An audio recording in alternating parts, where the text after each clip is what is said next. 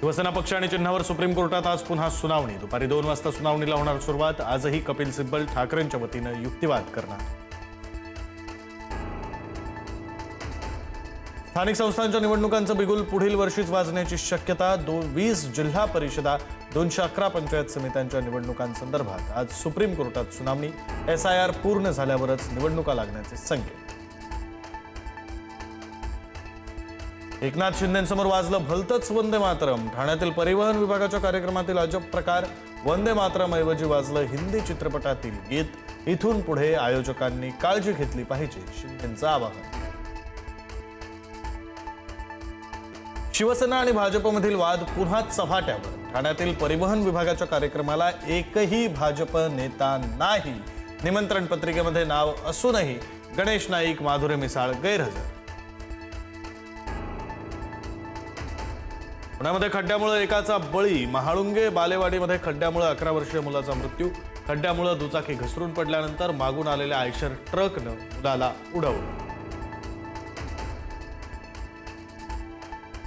मुख्यमंत्री देवेंद्र फडणवीस उद्या नाशिक दौऱ्यावर। नाशिकमधील खड्डे, रस्ते आणि खोदकामांचा घेणार आढावा। SIR आणि सिंहस्थाच्या तयारीचा घेणार आढावा। मुख्यमंत्री प्रशासनाची करणार कानउघडणी।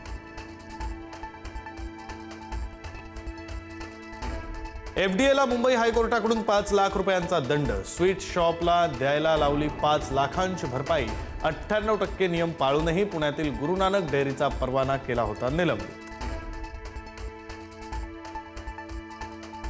उद्यापासून मराठी न बोलणाऱ्या चालकांवर कारवाई। रिक्षा, टॅक्सी, ओला, उबर चालकांना RTOचा इशारा। पहिल्यांदा 1 महिन्याची नोटीस, नंतर लायसन्स निलंबित होणार।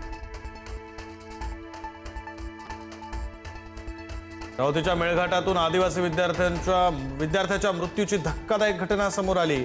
चिखलदरा तालुक्यातील कारंजखेडा येथील महर्षी पब्लिक स्कूलमध्ये इयत्ता 11वीत शिकणाऱ्या राजेश बाबू बेठेकर याचा उपचारादरम्यान मृत्यू। हतरू येथील प्राथमिक आरोग्य उपकेंद्रामध्ये त्याला दाखल करण्यात आलं होतं। दरम्यान आणखी 5 आदिवासी विद्यार्थी खासगी रुग्णालयात उपचार घेत असल्याची माहिती।